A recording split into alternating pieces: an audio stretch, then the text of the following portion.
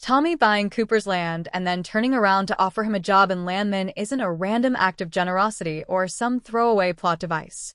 It's one of those decisions that looks simple on the surface but actually reveals a lot about who Tommy is, how he operates, and what kind of future he's trying to secure as the pressure keeps mounting around him. The first thing to understand is that Tommy doesn't just see land the way everyone else does. To him, land isn't sentimental, and it isn't just dirt with a price tag on it. It's leverage. Cooper's land sits in a strategically valuable position, and Tommy knows that if he doesn't lock it down now, someone worse will. This isn't just about expansion, it's about control. By buying the land himself, Tommy keeps it out of the hands of rival operators who would squeeze Cooper dry and destabilize the entire area. In his mind, this move prevents a bigger problem down the line. But that still doesn't explain why he gives Cooper a job, and that's where things get more personal. Tommy understands resentment. He knows what it feels like to be pushed out by forces bigger than you, and he's seen what happens when people lose their land and are left with nothing. That kind of anger doesn't disappear. It festers, and in the oil world, festering resentment turns into lawsuits, sabotage, or quiet revenge. Offering Cooper a job isn't charity. It's damage control. It keeps Cooper invested instead of alienated. There's also a practical angle that Tommy absolutely wouldn't ignore.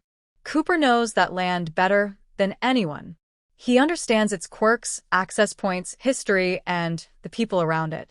That kind of local knowledge can't be bought after the fact, and Tommy is smart enough to know that hiring Cooper saves time, money, and mistakes. Instead of treating him like an obstacle, Tommy turns him into an asset. From a business perspective, it's ruthless efficiency disguised as kindness. At the same time, this decision shows how different Tommy is from the more predatory players in Landman. He's not Gallino. He doesn't strip people of everything and walk away. Tommy believes that if he has to take something, he should at least leave the other person with a way forward. It's his personal code, even if that code is messy and inconsistent. Buying the land without offering a job would have crossed a line he's not ready to cross, especially as he's already wrestling with other morally gray choices. There's also an image management element at play. Tommy is under constant scrutiny from investors, regulators, and his own people. How he treats someone like Cooper sends a message. It tells the community that working with him won't automatically ruin your life.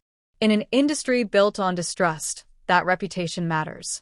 Giving Cooper a job helps Tommy maintain the idea that he's a builder, not just a taker, even if the underlying deal still benefits him far more.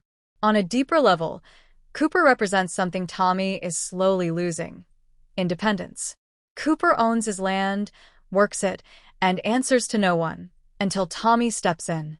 By bringing Cooper into the company, Tommy is almost reenacting his own journey, the moment where survival starts replacing freedom.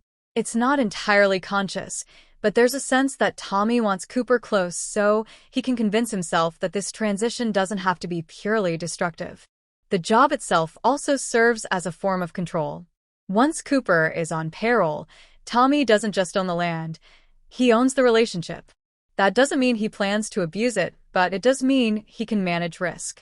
Cooper is less likely to fight back, leak information, or align with competitors when his livelihood is tied to Tommy's operation. It's a soft power move, and Tommy is very good at those. What makes this storyline compelling is that it sits right on the line between compassion and calculation. Tommy genuinely believes he's doing right by Cooper, and in some ways he is. Cooper gets stability, income, and a future that doesn't involve being completely displaced. But that doesn't erase the imbalance of power or the fact that the deal ultimately serves Tommy's goals first. By framing the decision this way, Landman reinforces one of its central themes. In this world, doing the right thing and doing the smart thing are often the same action for very different reasons. Tommy buys Cooper's land because he needs it.